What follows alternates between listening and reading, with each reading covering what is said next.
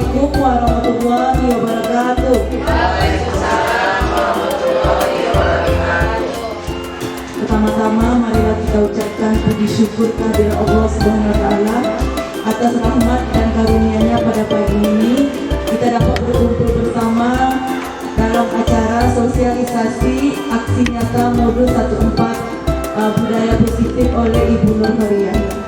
Dan tidak lupa pula selawat beriring salam kita kirimkan kepada junjungan alam yakni Nabi besar kita Muhammad SAW dengan mengucapkan Allahumma sholli ala sayyidina Muhammad wa ala ali sayyidina Muhammad.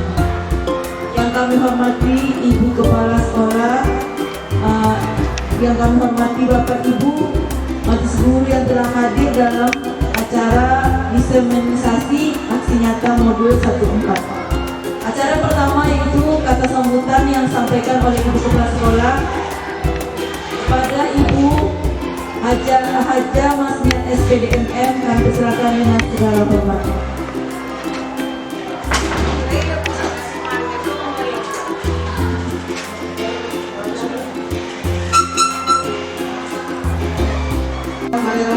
Assalamualaikum warahmatullahi wabarakatuh. Alhamdulillahirrahmanirrahim. Assalatu wassalamu ala asrofil anbiya wal mursalin wa ala alihi wa ashabihi rasulillahi ajmain. Asyhadu an la ilaha illallah wahdahu la syarikalah wa asyhadu anna Muhammadan abduhu wa rasuluh la nabiyya ba'dah. Yang saya hormati Bapak-bapak, Ibu-ibu, guru SMP Negeri 1 Bangkinang Kota, terutama yang kami banggakan Ibu CGP, calon guru penggerak angkatan ke-6 yang berasal dari unit SMP Negeri 1 Bangkinang Kota. Bersyukur kita pada Allah pada pagi menjelang siang ini, alhamdulillah kita dipertemukan di sini dalam rangka melaksanakan suatu kewajiban sebagai calon guru penggerak, yaitu untuk melaksanakan aksi nyata modul 14 budaya positif. Mudah-mudahan kita berharap kegiatan ini berjalan dari awal sampai akhir dengan lancar. Amin. Salawat dan salam sama-sama kita sampaikan kepada junjungan alam yakni Nabi besar Muhammad Sallallahu Alaihi Wasallam dengan membacakan Allahumma sholli ala Muhammad wa ala ali Muhammad. Bapak-bapak, ibu-ibu yang kami hormati, pada kesempatan ini saya hanya bisa berharap kepada bapak ibu semua, mudah-mudahan kegiatan ini bisa Bapak Ibu ikuti dengan baik, karena bagaimanapun ini kegiatan dari guru penggerak ini adalah kegiatan yang terbaru, baik itu teknik ataupun materi yang terbaru yang dikeluarkan oleh Kementerian Pendidikan Nasional dalam rangka mengembangkan proses pembelajaran. Kalau kita khusus di SMP, tingkat SMP, sehingga apapun nanti akan kita berikan kepada siswa kita itu sudah merupakan suatu hal yang terbaru, materi terbaru, sistem pembelajaran yang terbaru, sehingga anak didik kita lebih mudah mencerna apa yang ingin kita sampaikan, karena sekarang pembelajaran itu sudah berpusat kepada pelayanan siswa. Jadi kita guru ini merupakan pelayan dari siswa, itulah bahasanya. Demikian yang dapat saya sampaikan, mudah-mudahan kegiatan ini berjalan dari awal sampai akhir dengan lancar. Billahi taufiq wal hidayah. Assalamualaikum warahmatullahi wabarakatuh.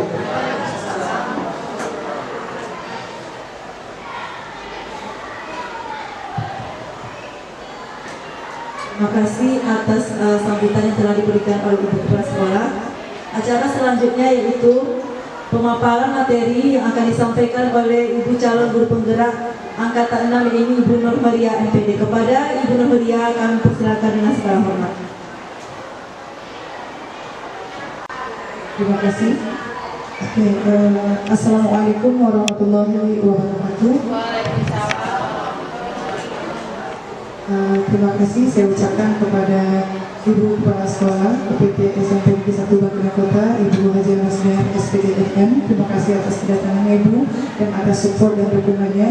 Kemudian kepada seluruh rekan majelis guru yang telah berkesempatan hadir di ruangan ini untuk saling berdiskusi dan sharing terkait pemahaman dan pengalaman menerapkan budaya positif.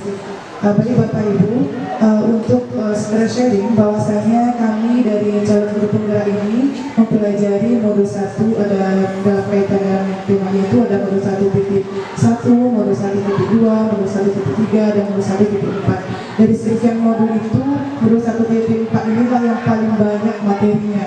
Dan ini juga membuat sebuah kaget, shock gitu ya, seperti modul membuat taubatan gitu. Akhirnya kita sadar, oh ternyata saya di posisi ini, ternyata masih belum di posisi yang berikutnya yang diharapkan oleh pemerintah kita. Nah seperti itu memberikan kesadaran kepada diri saya. Jadi itulah kesempatan bagi saya bersama ibu-ibu semua untuk mendiskusikan apa yang telah saya pahami di modul ini, kemudian juga berbagi pengalaman terhadap apa yang sedang saya terapkan dari modul ini.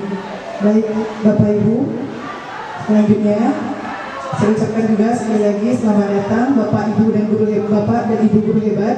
Mari belajar bersama, berkolaborasi, saling support, mendukung demi mewujudkan disiplin positif di sekolah yang kita cintai ini.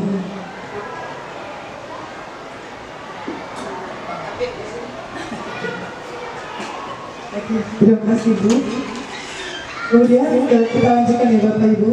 Konsep utama modul budaya positif yang pertama yang kami pelajari Bapak Ibu, perubahan paradigma belajar. Yang kedua, disiplin positif. Yang ketiga, motivasi perilaku manusia. Yang keempat, posisi kontrol restitusi. Yang kelima, keyakinan kelas. Yang keenam, segitiga restitusi. Nah, kita akan bahas ini per poinnya. Kita mulai dari poin pertama ya Bapak Ibu. Di sini kita akan mendiskusikan dan juga membahas secara bersama pembelajaran dengan paradigma baru. Nah, apa sih pembelajaran dengan paradigma baru gitu ya?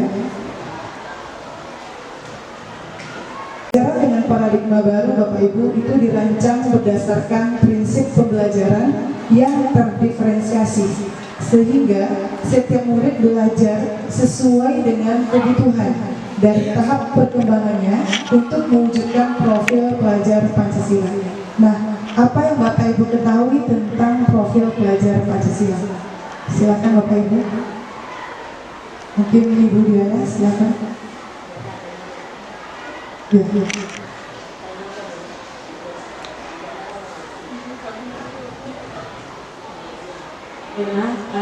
Profil pelajar Pancasila di sini, ini yang dimaksudkan adalah bagaimana nanti murid-murid kita akan tumbuh nanti sesuai dengan kode alam dan kode zamannya. Jadi kita akan menuntut sebagai guru di sini, nanti kita akan menuntut murid kita agar menemukan nanti pelajar-pelajar yang memang betul menanamkan profil Pancasilanya dan berjiwa Pancasila. Jadi ini kita harapkan nanti. Jadi tugas kita sebagai guru di sini dapat menuntun nanti tumbuh kembangnya, menuntun dia menemukan kemerdekaannya dan belajar. Itu. Terima kasih. Baik, Diana, responnya sangat bagus sekali. Jelas ya penjelasannya. Ada lagi di antara Bapak Ibu yang ingin menjawabnya? Apa saja dimensi dari profil pelajar Pancasila? Tadi dijelaskan oleh Bu Diana bahwasanya kita sebagai guru hendaknya menuntun, bukan sebaliknya menuntut. Jadi yang diharapkan oleh Bapak Ki Hajar Dewantara bahwasanya guru ini hendaknya menuntun murid ke arah yang lebih baik tanpa memaksanya, tapi timbul dari dalam dirinya ya. Sehingga timbullah sifat-sifat dari profil pelajar Pancasila. Apalagi yang Bapak Ibu ketahui tentang profil pelajar Pancasila. Ibu Heni silakan, apa saja dimensinya? Yang pertama Ibu. Silakan Bu Adi.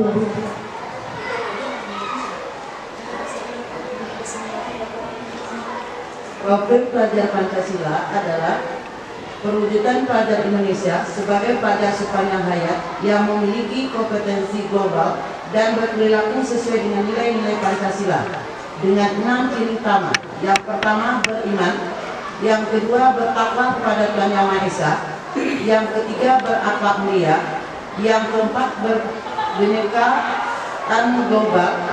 Dan selanjutnya, bergotong royong, mandiri, bernalar, kritis, dan kreatif. Diana dan Bu Adi. Oke, bagus ya. Insya Allah. Jadi itu ya Ibu, dimensi dari profil pelajar Pancasila dan dimensi ini. Nah, cara kita untuk mudah mengingatnya itu ada akronim ya Bapak Ibu, yaitu makan roti manis. Ma-nya ini beriman dan bertakwa kepada Tuhan Yang bangsa sebagaimana disampaikan oleh Bu Adi tadi. Kemudian K-nya ini adalah berkebinekaan global. Naronya adalah gotong royong. T-nya kreatif. M-nya mandiri. Is-nya bernalar kritis. Jadi ini adalah akronim untuk mudah kita mengingat dari profil pelajar Pancasila, Bapak Ibu. Terima kasih atas respons Bapak Ibu ya. Selanjutnya kita bahas yang berikutnya tentang disiplin positif. Baik Bapak Ibu, apa yang Bapak Ibu ketahui tentang disiplin?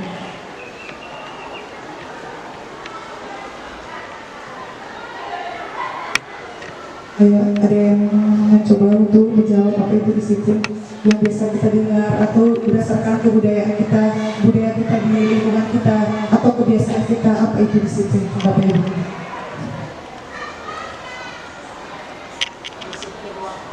Ya, silakan Ibu Nur Afna. Kalau tentang disiplin, biasanya disiplin terhadap diri kita sendiri. Kita menggunakan waktu dalam kehidupan kita harus disiplin dalam waktu. Kedua, mendisiplinkan diri dalam perbuatan kita sehari-hari. Mendisiplinkan diri kita dalam berbuat apa saja terhadap orang lain, perkataan maupun perbuatan. Cuma itu, Assalamualaikum warahmatullahi wabarakatuh. Kasih apresiasi proses Ibu Ahli. Beliau sebagaimana kita ketahui merupakan wakil sarana prasarana, jadi dengan ya dengan disiplin. Baik, oke. Nah itu ya Ibu, jadi disiplin itu disiplin waktu dan disiplin lainnya. Jadi taat terhadap peraturan yang sudah ditetapkan bersama. Nah, bagaimana dengan budaya kita? Mungkin Ibu ini, bagaimana kira-kira Ibu disiplin menurut Ibu? Menurut saya disiplin itu menjalankan aturan-aturan yang telah diberlakukan yang telah diberlakukan bersama. Misalnya dalam belajar, jadi jadwal belajar itu setelah ditetapkan, diketahui anak dilaksanakan dengan semestinya. Bagus sekali Bu Marta, beliau adalah guru BK ya di sekolah kita. Masya Allah, puas beliau juga. Oke, terima kasih Ibu. Oke, jadi sebagaimana kita ketahui bahwasanya disiplin itu adalah taat terhadap peraturan setelah kita sepakati bersama. Sebagaimana di sekolah kita, awalnya kita sepakat masuk jam 7.10, maka ketika lewat dari itu berarti tidak disiplin ya. Nah, kemudian kita sepakat lagi masuk aja jam 7 untuk kegiatan upacara, literasi, infak, kemudian tahfiz dan tadarus dimulai dari jam 7 sampai 7.30. Jika lewat dari itu, maka itu disebut dengan tidak disiplin. Nah, jadi kita sudah paham apa itu disiplin dan juga sudah kita terapkan. Nah, baik Bapak Ibu, jadi disiplin itu merupakan konsisten dan istiqomah dalam kebaikan dan kebenaran atau taat terhadap peraturan. Nah, sebagai pendidik, kita memiliki tujuan untuk menyadarkan murid sehingga akan pentingnya disiplin. Akan pentingnya disiplin diri sehingga berperilaku sesuai dengan nilai-nilai kebajikan.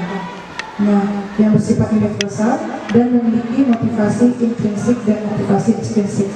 Apakah Bapak Ibu sudah pernah mendengar motivasi intrinsik dan ekstrinsik sebelumnya Bapak Ibu? Atau ada yang sudah baik? Ibu ya, silakan Bu Marta. Di bahasa instinktif maksudnya motivasi yang dari dalam diri sendiri, dan ekstrinsik adalah dari luar diri sendiri, buat diri kita. It's marvelous, good job. Oke, bagus. Kita applause lagi Bapak Ibu. Oke, semakin hari semakin jauh semakin panas ya, Masya Allah. Jadi ya, intrinsic in itu berarti dari dalam, kalau X berarti dari luar motivasinya. Lalu kita bahas nanti ini lebih detail. Nah, jadi disiplin positif merupakan salah satu cara penerapan disiplin yang bertujuan untuk menumbuhkan kesadaran serta memberdayakan murid untuk melakukan sesuatu tanpa adanya ancaman maupun hukuman. Nah, baik kebutuhan dasar manusia. Jadi kita berperilaku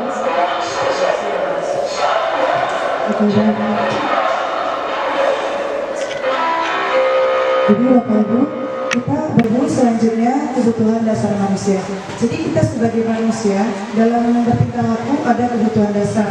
Nah, yang pertama adalah secara psikologi, bertahan hidup. Berarti ini berkaitan dengan pangan, kemudian sandang. Jika ini tidak terpenuhi, itulah yang kita tidak mampu mengontrolnya, itu yang akan mengakibatkan kita sedikit emosi jika kita tidak mampu mengontrolnya. Misalnya dalam keadaan lapar ya Bapak Ibu ya, kemudian tidak terpenuhi kebutuhan dasar itu kadang kita sensitif. Kalau lagi puasa dia mengontrol, kalau tidak lagi puasa pasti beda ya, nggak tahan kita akan laparnya. Dan jadi mungkin agak sensitif, mungkin ada perkataan kawan yang tidak kena didengar, mudah tersinggung begitu. Jadi inilah kebutuhan dasar yang harus dipenuhi. Nah, untuk menu sini ada angkanya Bapak Ibu, itu sudah saya kirim melalui WA ya. Silakan Bapak Ibu mencobanya nanti. Kemudian kebutuhan dasar yang kedua adalah kasih sayang dan rasa diterima. Jadi ketika rasa kasih sayang tidak terpenuhi, inilah juga yang akan menyebabkan murid kita mencari perhatian kita. Misalnya dia berbuat sesuatu yang di luar dugaan kita, karena dia ingin menarik perhatian kita. Karena kasih sayangnya tidak terpenuhi di rumahnya, maka di sekolah dia melakukan sesuatu hal yang tidak wajar gitu. Jadi disinilah tugas kita itu mesti memahami kebutuhan murid kita. Nah, apakah kebutuhan kasih sayang dan rasa diterimanya? Yang ketiga adalah penguasaan. Ada murid itu yang inginnya menguasai teman-temannya. Jadi kalau dia tidak mampu menguasai teman-temannya, dia akan marah, dia akan MTO dan sebagainya. Kemudian juga kebebasan. Ada murid itu yang tidak suka diatur-atur, dia inginnya bebas. Nah, itu juga harus kita pahami. Kemudian juga kesenangan arti kata dia senangnya dalam belajar, dia senang aja, dia tidak ingin belajarnya tertekan. Jadi di sini kita sebagai guru pasti memahami kebutuhan dasar ini. Apa kebutuhan dasar yang terpenuhi oleh murid kita? Apakah bertahan hidup, atau kasih sayang dan rasa diterima? Apakah penguasaan, kebebasan, atau kesenangan? Nah, jadi ini angka yang sudah saya sampaikan kepada Bapak Ibu, saya sudah mencobanya sendiri. Nanti akan saya coba tayangkan videonya. Nah, jadi saya berada di posisi kesenangan. Nah, kesenangan ini, dan ternyata itu memang benar. Jika itu tidak terpenuhi, jadi ada rasa yang kurang nyaman, tidak nyaman gitu ya. Jadi bagaimana tugas saya mengontrol diri agar kesenangan itu tercapai. Begitu juga kita ketika melihat murid kita. Nah, selanjutnya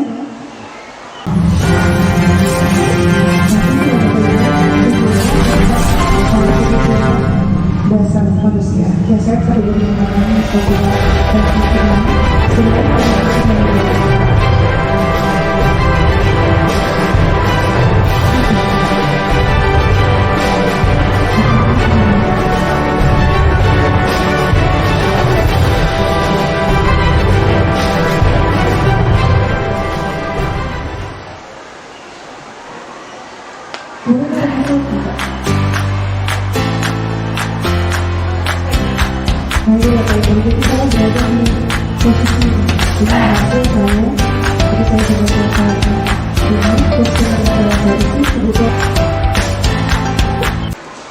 Oke, selanjutnya yang kita bahas ya Bapak Ibu, motivasi perilaku manusia. Jadi menurut Bapak Ibu, apa itu motivasi? Silakan Bu Hidayati, apa yang motivasi?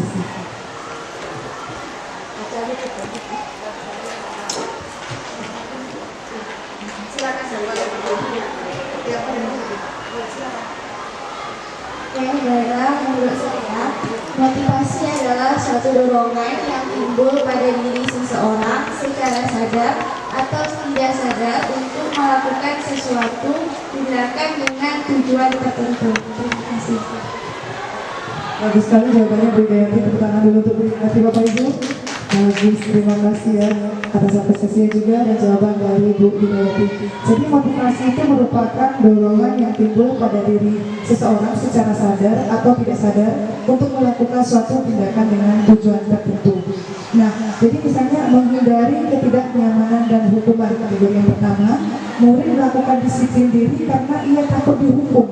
Nah, ini juga merupakan motivasi ekstrinsik. Seperti misalnya kemarin ya pas sholat zuhur berjamaah itu ketika ada guru-guru tertentu dia tenang selama. Ketika tidak ada guru dia mulai ribut. Ada guru-guru tertentu yang membuat dia senang belajar. Itu ada motivasi motivasi yang datang dari luar, yang kita perlu dihukum dan lain sebagainya. Bagaimana ini kita tinjau?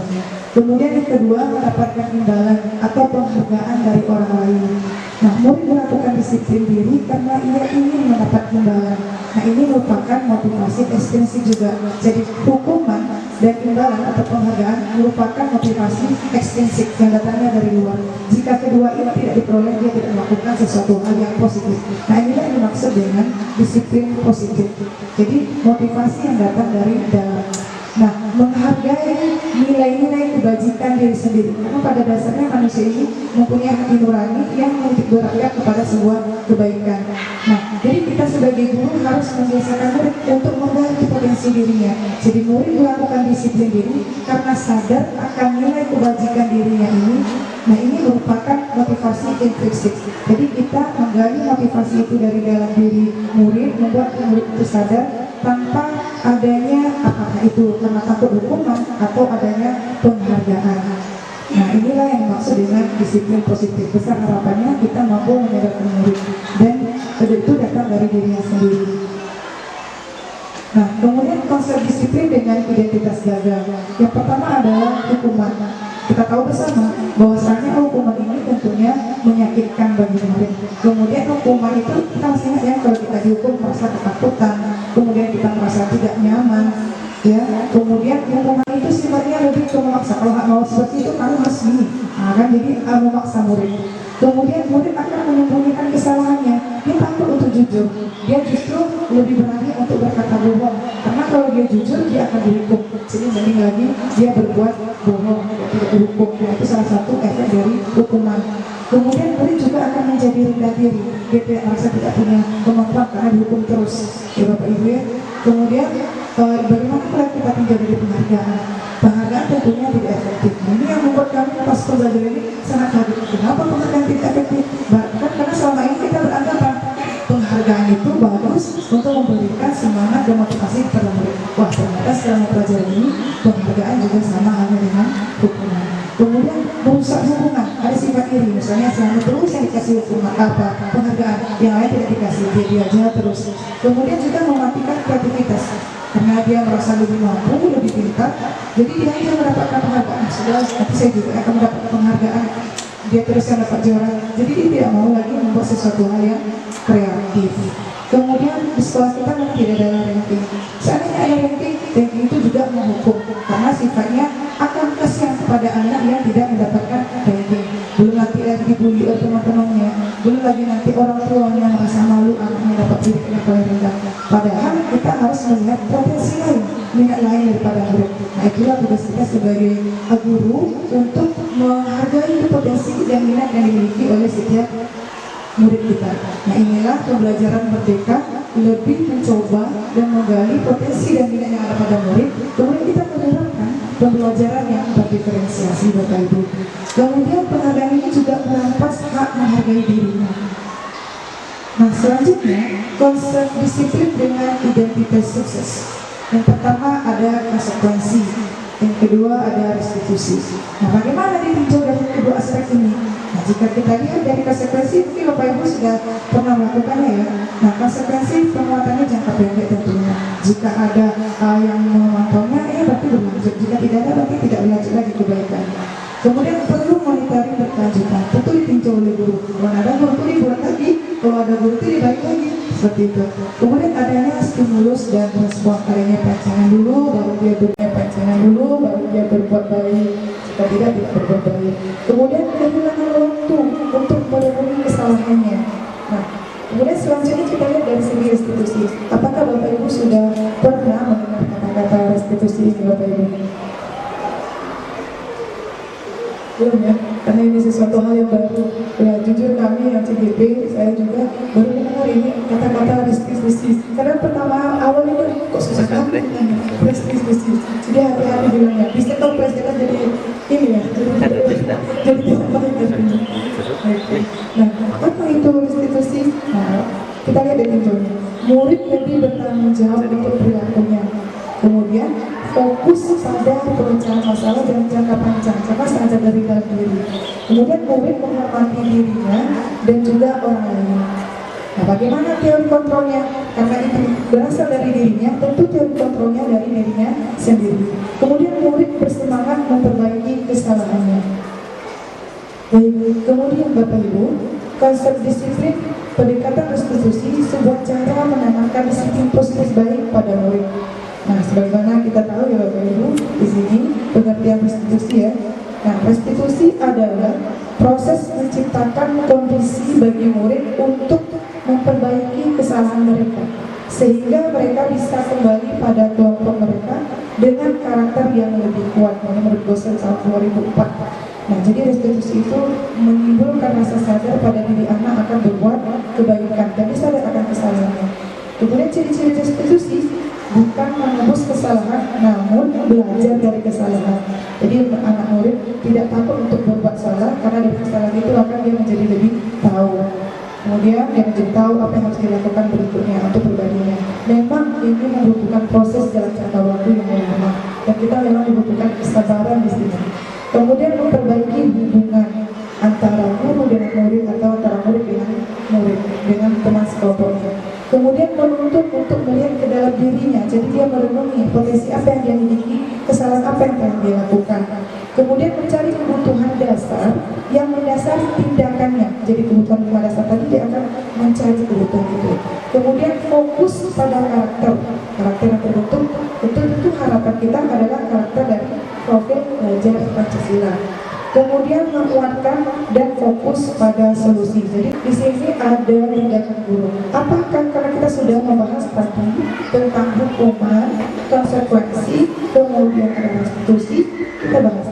Dan ini yang selama ini kita lakukan termasuk konsekuensi yang termasuk mana kita? Apakah hukuman atau konsekuensi tindakan yang kita lakukan? Nah, yang pertama Bapak Ibu, mencatat 100 kali di dalam buku kalimat. Contohnya misalnya, saya tidak akan terlambat lagi karena terlambat ke sekolah. Jadi ini adalah kalimat yang kita berikan kepada murid. Mungkin di antara kita pernah melakukan ini. Mungkin saya juga pernah melakukan itu. Jadi itu Bagus. is great, it's bagus. Kertas lagi Bapak Ibu, terima kasih. Kemudian menggantikan kertas tugas teman yang telah dicoret-coret. Nah, Ibu Ikas silakan.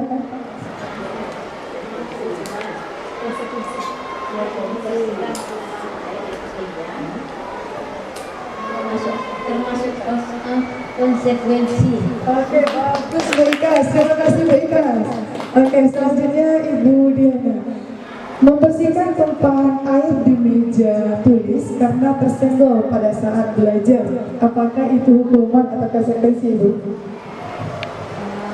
Kalau di sini kita lihat kan konsekuensi, karena anak harus membersihkan kembali tumpahan yang ada di meja air yang ada di meja tempatnya, karena dia sendiri yang menyenggol, jadi dia harus memberikan konsekuensi untuk membersihkan kembali. Menurut saya konsekuensi.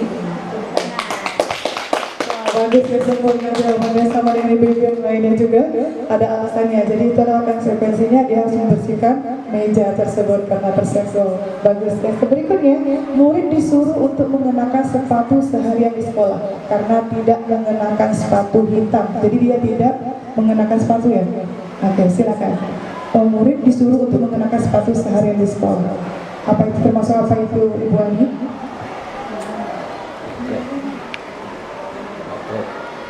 Itu termasuk hukuman Ibu. Oke, bagus, hukuman. Kemudian selanjutnya lari mengelilingi lapangan basket 2 kali. Wah, pernahkah Bapak Ibu PJOK melakukan ini? Bapak PJOK? Pak Yul, pernahkah melakukan ini Pak? Lari mengelilingi lapangan basket 2 kali karena terlambat 10 menit untuk pelajaran PJOK Pak. Apa Pak? Hukuman atau konsekuensi itu Pak? Saya pernah Konsekuensi. Baik Pak Yul, terima kasih Pak. Berarti kita sudah memahami apa itu hukuman dan bagaimana dan apa pula itu konsekuensi. Jadi ini ya Bapak Ibu, setelah kita analisa tadi, nah inilah Bapak Ibu perbedaan hukuman dan konsekuensi. Jadi kalau hukuman itu sesuatu yang menyakitkan harus terjadi, sementara konsekuensi sesuatu harus terjadi. Nah, hukuman membuat anak sakit baik fisik maupun hatinya, untuk jangka waktu yang lama. Bagaimana pula dengan konsekuensi? membuat anak merasa tidak nyaman dalam jangka waktu pendek. Jadi ada efek-efek negatifnya. Dari hukuman, anak membenci kedisiplinan. Kalau konsekuensi, anak menghargai disiplin. Lalu dari hukuman adanya paksaan, sebagaimana kita bahas tadi. Dari konsekuensi adanya stimulus, kemudian adanya tanggapan. Dari hukuman mendorong anak menyakiti dirinya sendiri, itu sangat berbahaya sekali. Kemudian konsekuensi mendorong anak agar mudah menyesuaikan diri, jadi dia tidak menjadi dirinya sendiri. Kemudian dari hukuman, konsep diri yang buruk. Dari konsekuensi, konsep diri yang baik. Selanjutnya, dari hukuman, kita tinjau, anak belajar untuk menyembunyikan kesalahan. Kalau dari konsekuensi, anak belajar untuk mematuhi peraturan. Selanjutnya, dari hukuman, marah, merasa bersalah, dipermalukan, merasa tak dihargai, begitu ya. Kemudian dari konsekuensi, kehilangan haknya, dibuat tidak nyaman, diasingkan untuk sementara atau time out. Nah ini ya Bapak Ibu, contohnya misalnya murid tidak mengerjakan tugas, hukumannya guru menghukum murid tersebut hormat bendera selama 10 menit. Alhamdulillah di sekolah kita tidak ada yang seperti ini ya Bapak Ibu ya, di sekolah lain. Kemudian guru marah dan murid menjadi takut. Selanjutnya konsekuensi, contohnya guru menghukum murid tersebut hormat bendera sama dengan hukuman tadi hampir sama selama 10 menit. Guru marah dan murid juga menjadi takut. Selanjutnya bagaimana jika itu kita tidak lanjut dengan restitusi? Nah, guru menanyakan keyakinan kelas dan dirinya dan membantu murid menyelesaikan masalahnya. Tentunya guru terbuka dan murid menghormati dirinya dan orang lain. Baik Bapak Ibu, poin yang keempat adalah posisi kontrol restitusi. Sebelum kita lanjut ke posisi kontrol restitusi, ada yang perlu dipertanyakan Bapak Ibu?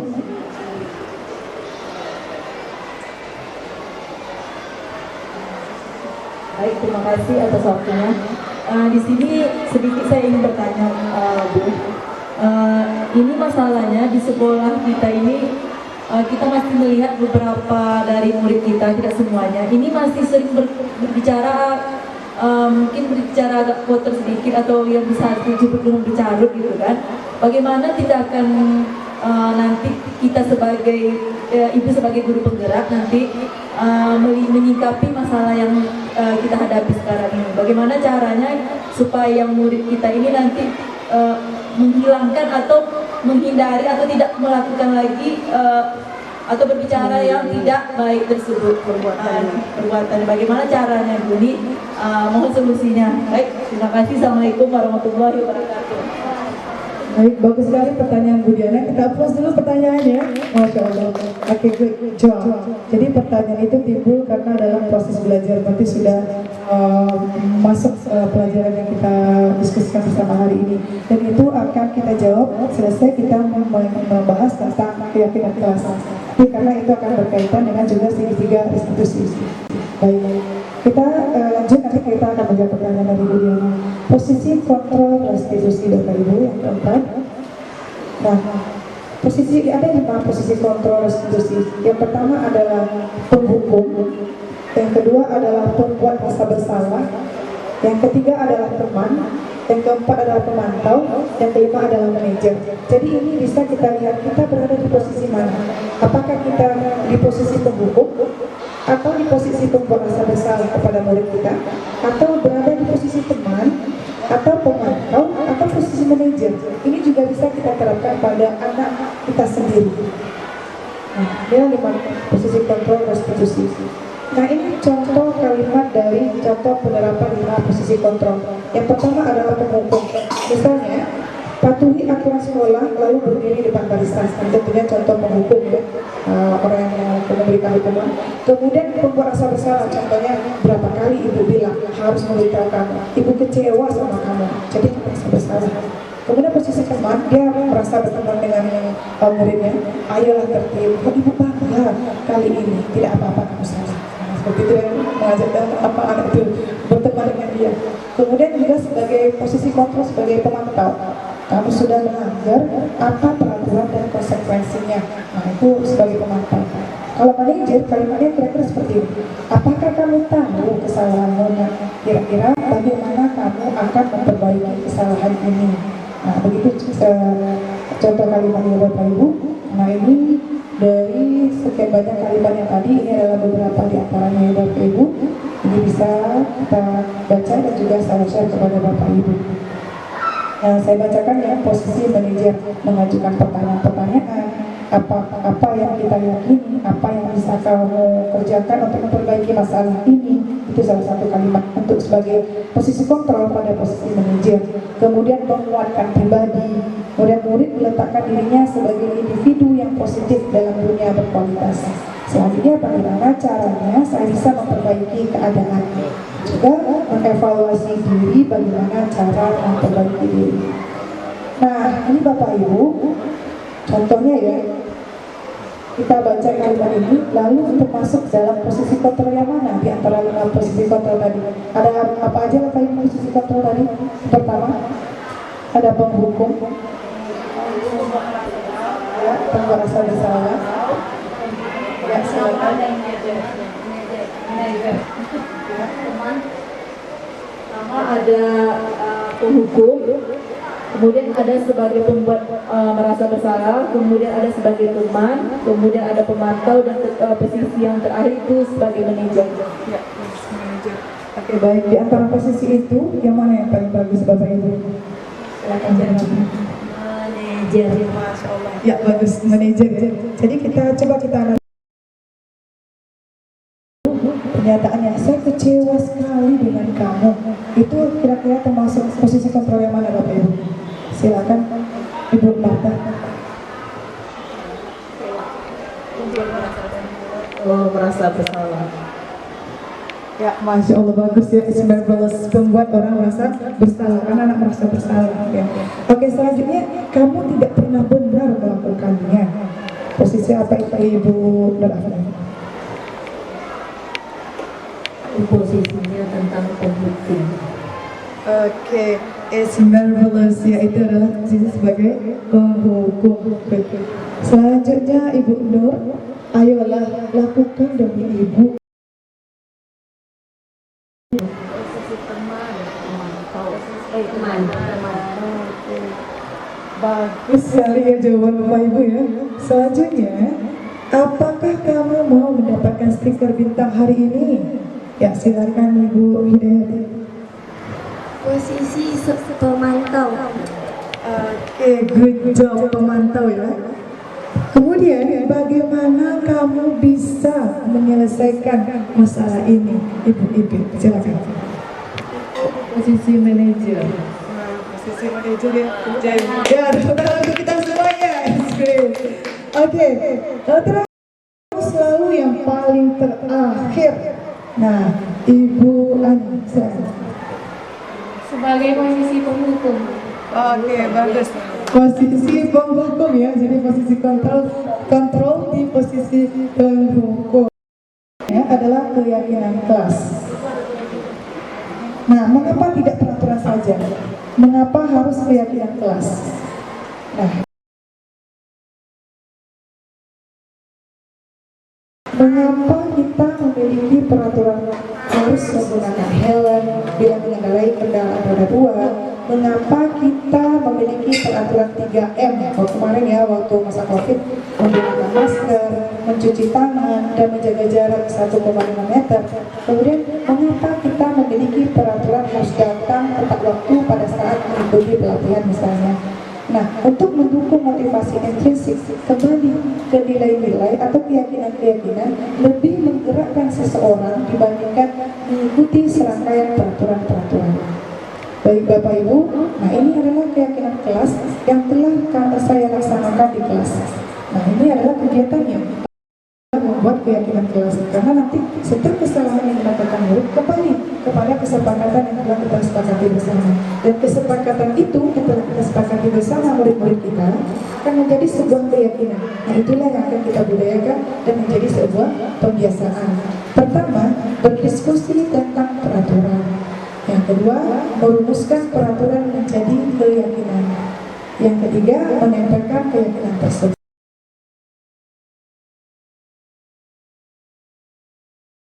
Kemudian, throw garbage in its place. Simpan sampah pada tempatnya. Nah, ini akan ada kasus yang akan saya restitusi Bapak Ibu mungkin masih ingat ya kegiatan yang pesawat dari kertas yang terbang di atas atap ruangan BK.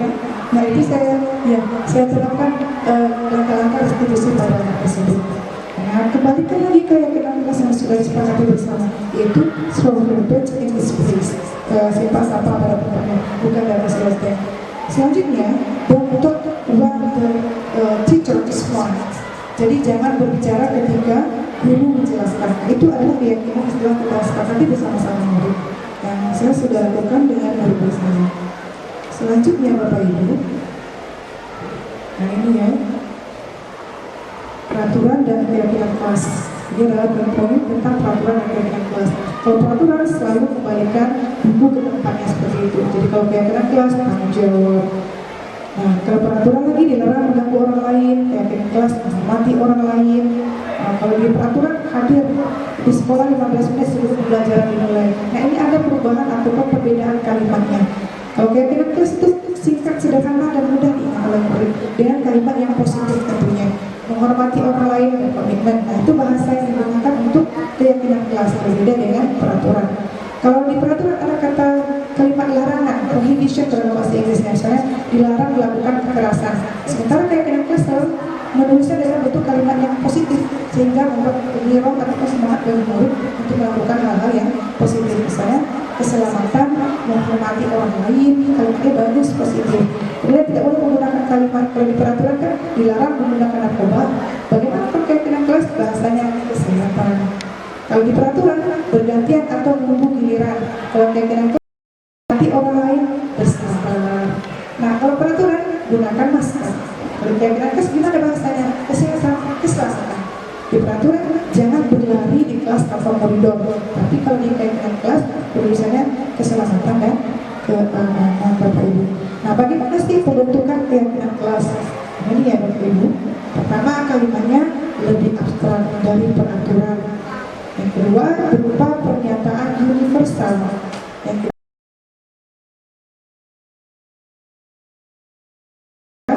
keempat sedikit dan diingat. Yang kelima sesuai dengan kondisi sekolah agar mudah diterapkan. Yang keenam semua warga kelas atau sekolah dilibatkan saat membuatnya. Baik Bapak Ibu,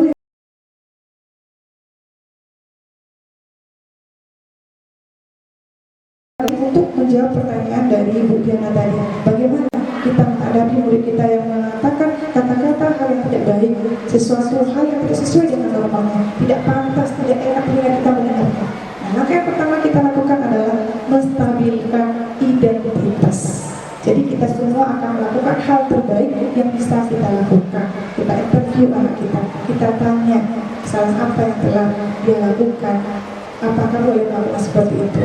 Kemudian kita validasi tindakan yang salah. Semua perilaku itu memiliki alasan. Jadi kita dengar alasan murid kita. Jadi kita selalu berpikiran positif terhadap apa yang dilakukan oleh murid kita. Kita dengarkan dulu alasan dari murid kita. Kenapa dia berbuat itu? Pasti dia mempunyai alasan. Bisa jadi murid yang baru sekali itu melakukan kesalahan, cuma karena ketahuan langsung dia dijudge. Tapi tugas kita adalah bagaimana cara kita memvalidasi tindakan salah yang dilakukan oleh murid kita. Kemudian terakhir adalah langkahnya menanyakan keyakinan. Seperti tadi kita tahu bahwa saya di dalam kelas kita sudah membuat kesepakatan tidak boleh membuang sampah sembarangan. Sementara kejadiannya ada salah satu dari murid kita yang membuang sampah tidak pada tempatnya. Kita kembalikan, boleh tidak kita buat seperti itu. Itu kita semua memiliki motivasi internal. Jadi kita sadarkan anak kita, dia sadar, dia berusaha maaf. Tidak boleh atau sekolah tidak boleh seperti apa, keyakinan sekolah tidak boleh seperti itu. Jadi akan sadar dari dirinya sendiri. Nah itulah tugas kita bagaimana menggali potensi yang ada pada murid kita. Jadi kuncinya memang kesabaran dan mampu mengontrol diri. Jadi kalau konsepnya itu di dalam agama kita, la taghdab wa la tajannah. Don't be angry, paradise for you. Jangan marah, maka surga bagimu. Maka kita harus mengevaluasi dulu, kenapa anak itu berbuat seperti ini. Kita tanya ke dia, kenapa kamu berbuat ini? Nah, boleh tidak kita lakukan itu? Nah, ibu sadar, nah, semua kita pasti pernah melakukan kesalahan. Kamu pernah melakukan kesalahan, kamu juga pernah. Nah, jadi dia merasa dekat dengan kita, nanti dia akan terbuka. Oh iya bu, saya tadi begini bu, tak baik ya bu ya.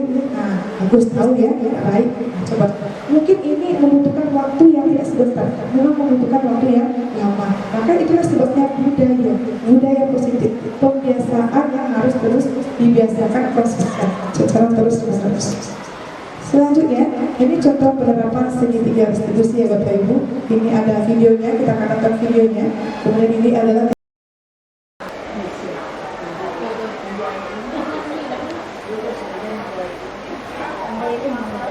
ya Bapak Ibu, terima kasih. Jadi Bapak Ibu, ini adalah contoh penerapan langkah-langkah restitusi yang sudah saya implementasikan dan terapkan di sekolah kita. Nah, yang pertama, saya menanyakan, menstabilkan identitasnya dulu. Ya, bagaimana, kenapa dia melakukan itu. Dan ternyata dari interview saya dengannya, dia butuh kesenangan. Nah, jadi 5 kebutuhan yang saya bilang ada yang tidak terpenuhi. Apa itu kesenangan? Jadi kamu melakukan ini itu apa nak? Kesenangan mas. Kamu yakin? Iya. Ada alasannya tidak? Ada tantangan tidak dari kamu? Tidak. Saya mencari kesenangan. Saya senang membuangnya mas. Saya bahagia seperti itu.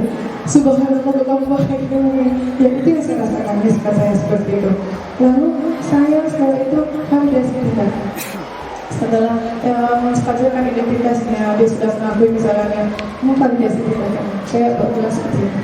Nah, semua kita pernah melakukan kesalahan, termasuk ibu juga pernah ada yang melakukan kesalahan waktu sekolah. Nah, sekarang nah, kamu salah tidak apa yang sudah saya lakukan? Dia ngomong lagi sudah merasa dekat dengan saya. Dia ngomong, iya bu, saya sadar akibat dari perbuatan saya itu ruangan BK itu jadi kotor bu, gitu. Kemudian saya dimarahi dulu, teman-teman tidak senang pada saya. Karena kalau melakukan itu adalah suatu perbuatan yang tidak baik, tidak menyenangkan untuk diri sendiri, tidak menyenangkan, apalagi untuk orang lain. Kemudian yang terakhir, kembalikan ke keyakinan kelas tadi, bahwasanya shoulder, garbage in this place, buang sampah pada tempatnya. Jadi itu mesti kamu lakukan. Saya akan membuang sampah pada tempatnya. Jadi saya akan membersihkannya bersama teman-teman nanti. Saya akan menyimpan sampah bersih di dalam tong sampah. Yakin Allah mengenai itu nanti lagi. Yang saya janji saya akan melakukannya. Nah itu janji dia waktu itu. Karena sudah sepakat bersama sebelum waktu 19 bahwasanya harus membuang sampah atau menyimpan sampah pada tempatnya Bapak Ibu. Nah ini akan dirasakan. Lalu terakhir saya tanyakan bagaimana perasaan kamu setelah melakukan ini, setelah ibu menanyakan kamu merasa dekat, dia merasa nyaman, merasa tenang, merasa dihargai dirinya. Bahwasanya setiap manusia pernah melakukan kesalahan dan kita kasih dia kesempatan untuk berbuat baik. Nah, seperti dari Bapak Ibu video ini.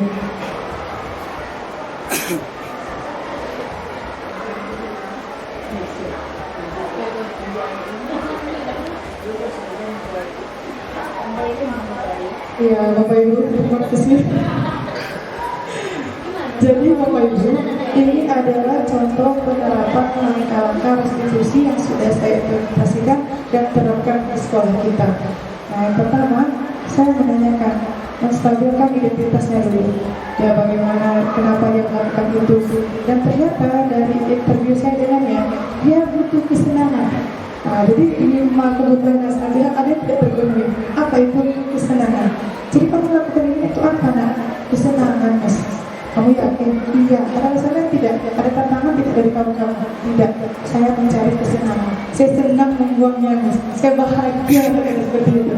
Subhanallah kamu bahagia. Ya itu yang saya rasakan mas, saya seperti itu. Lalu saya setelah itu validasi kita. Setelah menstabilkan identitasnya, dia sudah mengakui misalnya memvalidasi kita. Saya berbilang seperti itu. Nah, semua kita pernah melakukan kesalahan, termasuk ibu juga pernah ada yang melakukan kesalahan waktu sekolah. Nah, sekarang nah, kamu salah tidak apa yang sudah saya lakukan? Dia ngomong lagi sudah merasa dekat dengan saya. Dia ngomong, iya bu, saya sadar akibat dari perbuatan saya itu ruangan BK itu jadi kotor bu, gitu. Kemudian saya dimarahi dulu, teman-teman tidak senang pada saya. Karena kalau kamu melakukan itu adalah suatu perbuatan yang tidak baik, tidak menyenangkan untuk diri sendiri, tidak menyenangkan, apalagi untuk orang lain. Kemudian yang terakhir, kembalikan ke keyakinan kelas tadi, bahwasanya shoulder, garbage in this place, buang sampah pada tempatnya. Jadi apa yang mesti kamu lakukan? Saya akan membuang sampah pada tempatnya. Jadi saya yang akan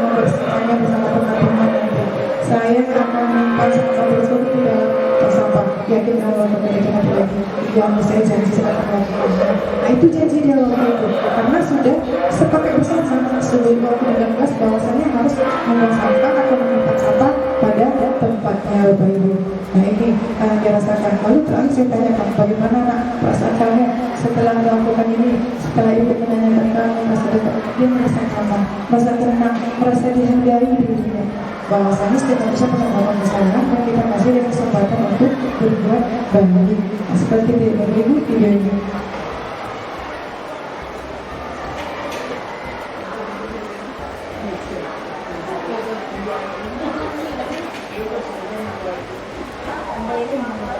Iya Bapak Ibu, terima kasih.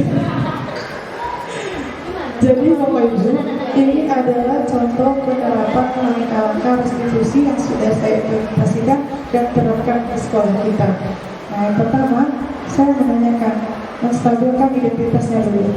Ya, bagaimana, kenapa dia melakukan itu. Dan ternyata dari interview saya dengannya, dia butuh kesenangan. Nah, jadi ini kebutuhan dasar dia ada yang tidak terpenuhi. Apa itu kesenangan? Jadi kamu melakukan ini itu apa nak? Kesenangan Mas. Kamu yakin? Iya. Alasannya tidak. Ada tantangan tidak dari kamu? Tidak. Saya mencari kesenangan. Saya senang membuangnya Mas. Saya bahagia seperti itu. Subhanallah kamu bahagia. Ya itu yang saya rasakan Mas, saya seperti itu. Lalu saya setelah itu validasi kita. Setelah menstabilkan identitasnya, dia sudah mengakui kesalahannya, memvalidasi kita. Saya bilang seperti itu. Nah, semua kita pernah melakukan kesalahan, termasuk ibu juga pernah melakukan kesalahan ke sekolah. Nah, sekarang nah, kamu salah tidak apa yang sudah kita, sehingga Bapak Ibu bilang orang tua kita mencet pagar. Nah, ini juga kita terapkan langkah-langkah restitusinya Bapak Ibu. Nah, kita tahu bahwasanya standar nasional pendidikan itu adalah dalam penerapan program disiplin positif. Hendaknya kita sebagai guru memiliki standar kepribadian, profesional, dan sosial yang baik, di mana guru mampu berefleksi pada posisi kontrol saat ini. Bagaimana perjalanan dirinya sebagai seorang anak atau posisi manajer yang menuntun murid-murid menjadi insan yang mandiri, merdeka, dan bertanggung jawab. Baik Bapak Ibu, harapan saya dan harapan kita bersama bahwasanya semoga sesi belajar kita hari ini membawa manfaat bagi kita bersama sehingga dapat mewujudkan profil pelajar Pancasila.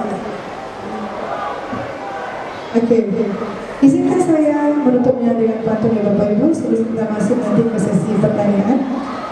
Kota Mekah sungguh indah, dikelilingi bukit berbatu. Wabillahi taufik wal hidayah. Assalamualaikum warahmatullahi wabarakatuh.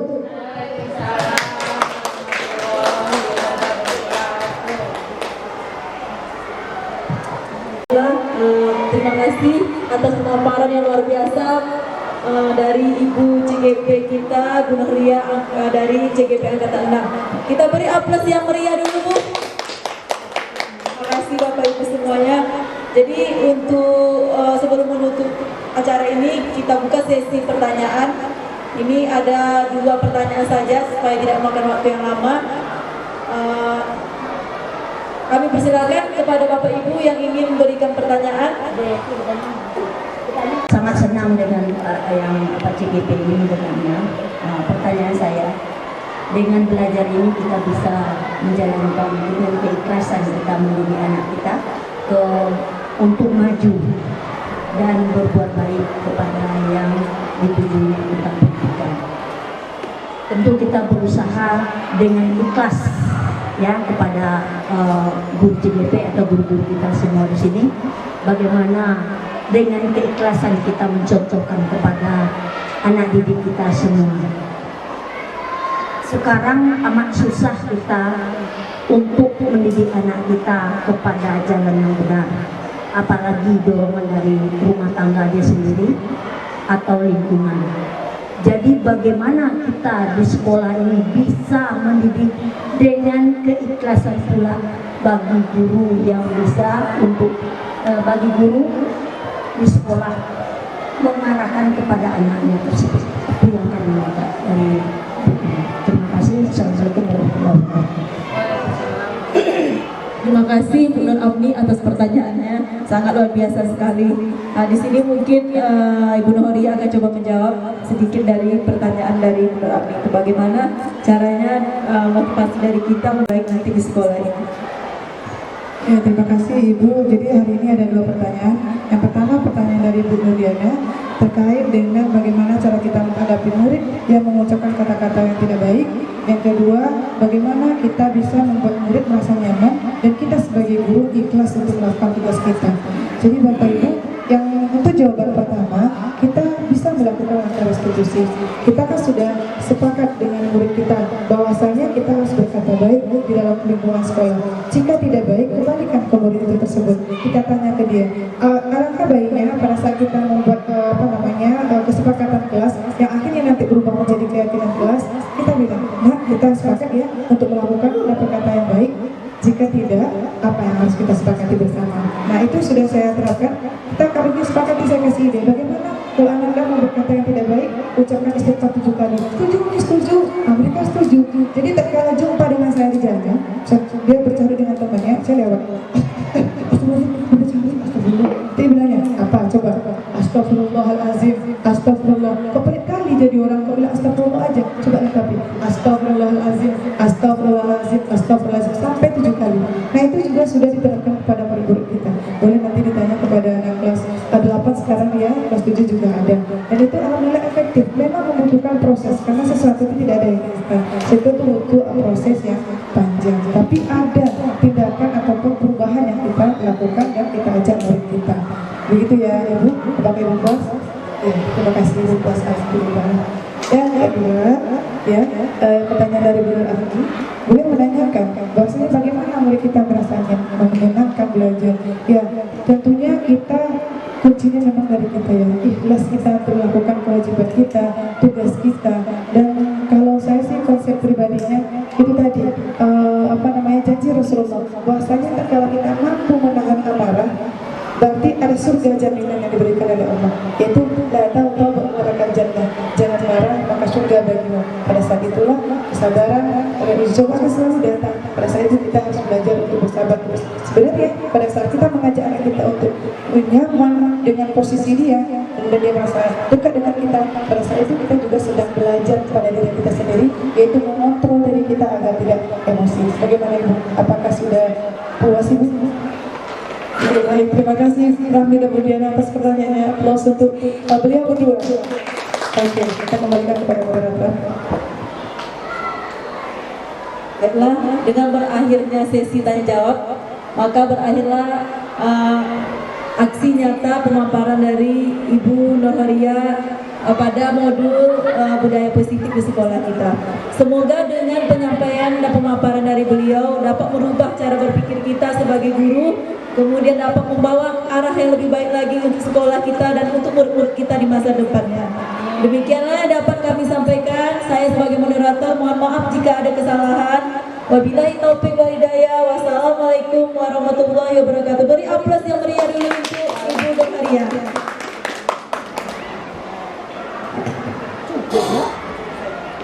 Terima kasih Ibu Bapak. Kita foto bersama dulu buat.